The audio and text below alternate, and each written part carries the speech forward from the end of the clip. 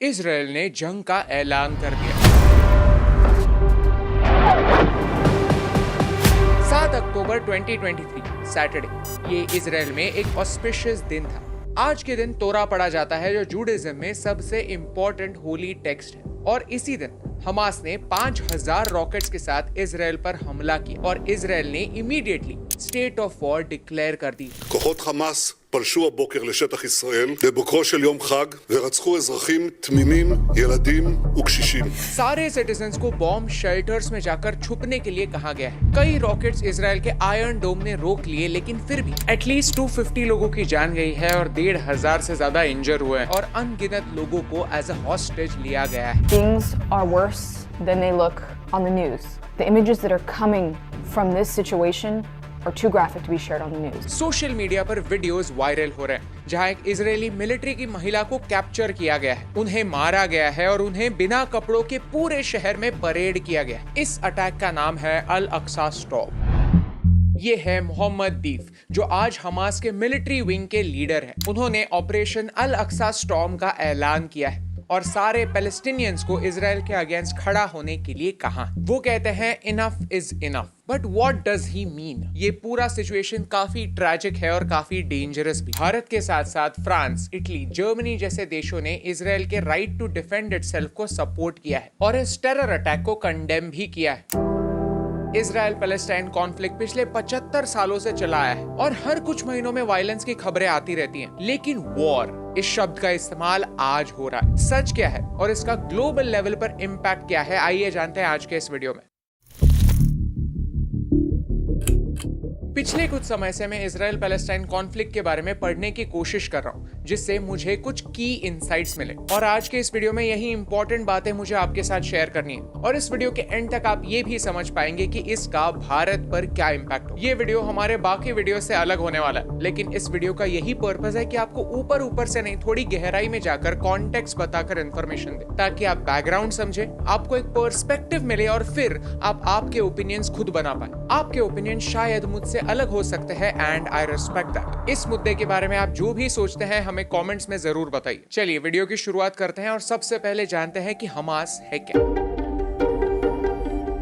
आज की घड़ी में इजराइल और पैलेस्टाइन कुछ ऐसा दिखता है। ये मैप अपने आप में बहुत कंट्रोवर्शियल है, क्योंकि पैलेस्टाइन के लोग मानते हैं कि 1947 से लेकर आज तक इजराइल धीरे धीरे पैलेस्टाइन पर कब्जा कर रहा है। पैलेस्टाइन का धीरे धीरे छोटा होता हुआ मैप आप देख सकते हैं और इसका इस्तेमाल कई टेरर आउटफिट्स इजराइल पर अटैक करने के लिए करता है। क्या इनोसेंट लोगों की जान लेने के लिए एक मैप जस्टिफाइड है? यह है गाजा स्ट्रिप, जो इजराइल और इजिप्ट के साथ बॉर्डर शेयर करता है। इसके वेस्ट में मेडिटेरेनियन सी है और इस एरिया को कंट्रोल करते हैं हमास। हमास एक मिलिटेंट ऑर्गेनाइजेशन है जो 2007 से गाजा स्ट्रिप को कंट्रोल कर रहा है। हमास एक टेररिस्ट ऑर्गेनाइजेशन है, इसके बारे में कोई कंट्रोवर्सी नहीं है। यूनाइटेड स्टेट्स, यूरोपियन यूनियन और कई और देशों ने भी उन्हें एक डेजिग्नेटेड टेररिस्ट ऑर्गेनाइजेशन का दर्जा दे दिया। हमास का मतलब है इस्लामिक रेजिस्टेंस मूवमेंट। हमास की शुरुआत 1987 में हुई और उन्होंने 1988 में हमास चार्टर बनाया। उनका ऑब्जेक्टिव है पैलेस्टाइन को इजरायली ऑक्यूपेशन से बचाना और इसमें सिर्फ ये पैलेस्टाइन का पार्ट नहीं,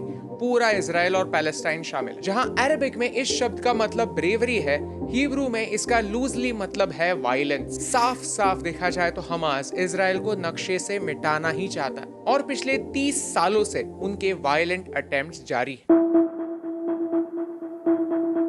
1980 से लेकर आज तक उन्होंने किए सारे टेरर अटैक्स का डेटा देखते हैं। जनरल पब्लिक के लिए एटलीस्ट 87 अटैक्स का डेटा अवेलेबल है। इन टोटल 1000 से ज्यादा लोग हमास के अटैक से या तो इंजर हुए या मारे गए। सोचिए, ये इतना छोटा सा देश, लेकिन इस देश के सारे लोग टेरर अटैक के डर में जीते। इसीलिए इजराइल ने अपना आयरन डोम डिफेंस सिस्टम बनाया है। क्या है आयरन डोम? 2011 में इजराइल एरोस्पेस इंडस्ट्रीज ने आयरन डोम नाम का एक मोबाइल एयर डिफेंस सिस्टम बनाया, जिसका ऑब्जेक्टिव है शॉर्ट रेंज मिसाइल्स को मिड एयर इंटरसेप्ट करना, उन्हें जमीन पर नुकसान करने से पहले मिड एयर में ही डिस्ट्रॉय कर देना। इस सिस्टम के 3 मेन कंपोनेंट्स हैं: रेडार सिस्टम, कमांड सिस्टम और मिसाइल लॉन्चर। जब भी गाजा स्ट्रिप से रॉकेट्स लॉन्च होते हैं, तब यह सिस्टम उन्हें डिटेक्ट करता है और उनकी ट्रैजेक्टरी मैप करता है। फिर काउंटर मिसाइल्स छोड़े जाते हैं, जिनसे गाजा से आने वाले इन मिसाइल्स को मिड एयर इंटरसेप्ट किया जाए और रोका जाए। 2012 में गाजा के अगेंस्ट इजराइल की जो वॉर हुई उसमें इस आयरन डोम सिस्टम ने 85% रॉकेट्स को इंटरसेप्ट किया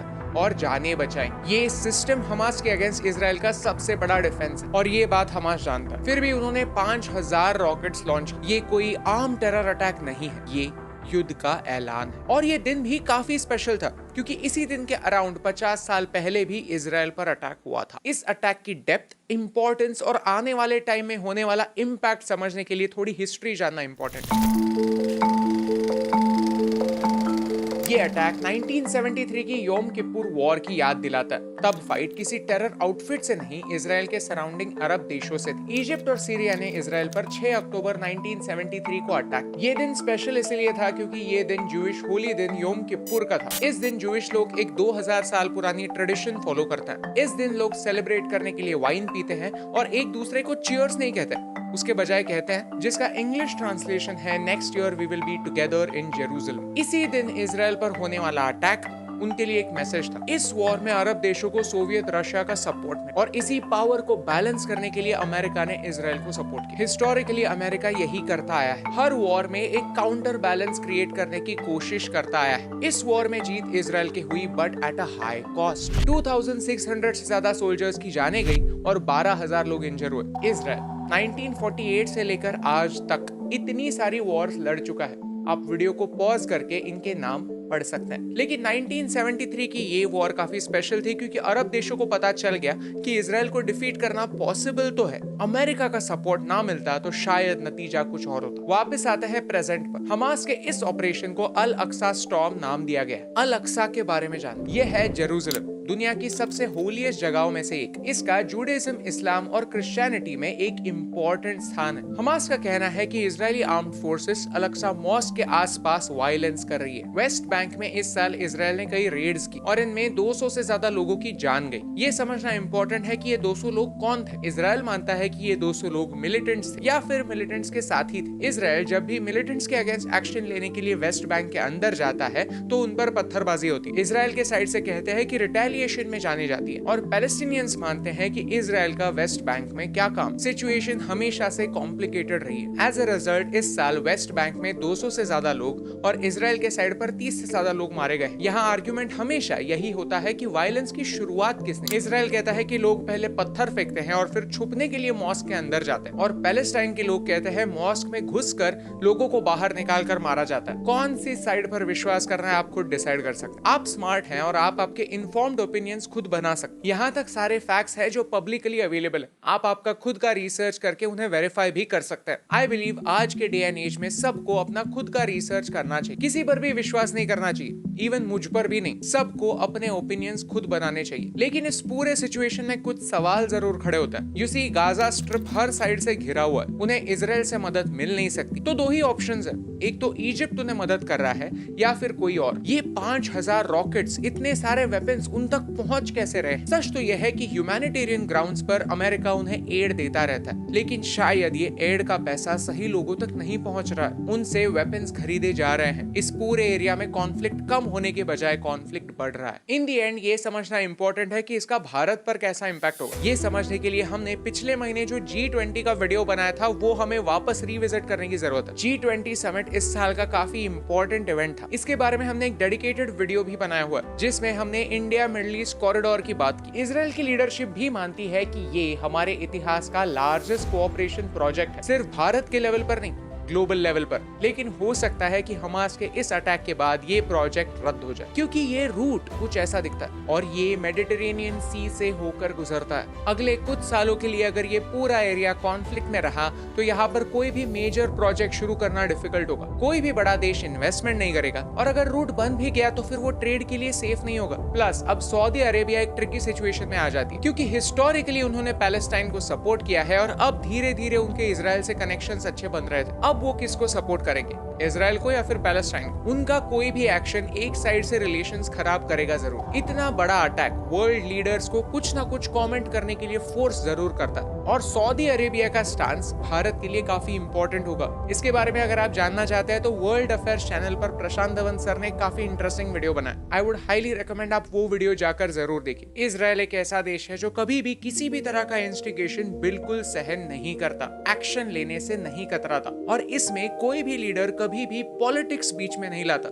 इजराइल के ऑपोजिशन लीडर ने भी पूरी तरह से सरकार को अपना सपोर्ट दिया है। जब नेशनल सिक्योरिटी की बात आती है तो पॉलिटिक्स बीच में कभी नहीं आना चाहिए। ये बात भारत के लीडर्स को सीखनी चाहिए। इन दी एंड हमें ये समझना जरूरी है कि वॉर एक काफी डेंजरस सिचुएशन होती है। कुछ महीनों पहले हमारी एक इंडियन जू से बात हो रही थी। उनका अक्सर इजराइल जाना होता रहता है। वो कहते हैं कि मिसाइल अटैक्स काफी कॉमन हो चुके हैं। जब भी मिसाइल अटैक्स होते हैं तो सायरन्स बजते हैं और फिर उन्हें सब काम छोड़कर बंकर्स में जाना पड़ता है। इजराइल के लोगों के लिए वॉर लाइक सिचुएशन काफी कॉमन हो चुकी है, और ये काफी सैड बात है। ऐसी बातें सुनने पर हमें समझता है कि हम कितने लकी हैं कि हम वॉर से दूर हैं। इस पूरे सिचुएशन में कोई भी दो साइड्स नहीं है। Nothing can justify 5,000 rockets being fired. ये एक काफी बड़ा टेरर अटैक, क्योंकि ये रॉकेट्स जब भी किसी बिल्डिंग को हिट करेंगे तो वो ये नहीं पूछेंगे कि आपका रिलीजन कौन सा है, आपकी पॉलिटिकल आइडियोलॉजी क्या है। वो सिर्फ और सिर्फ जान ले, एक रॉकेट एक बच्चे से लेकर बूढ़े तक सबको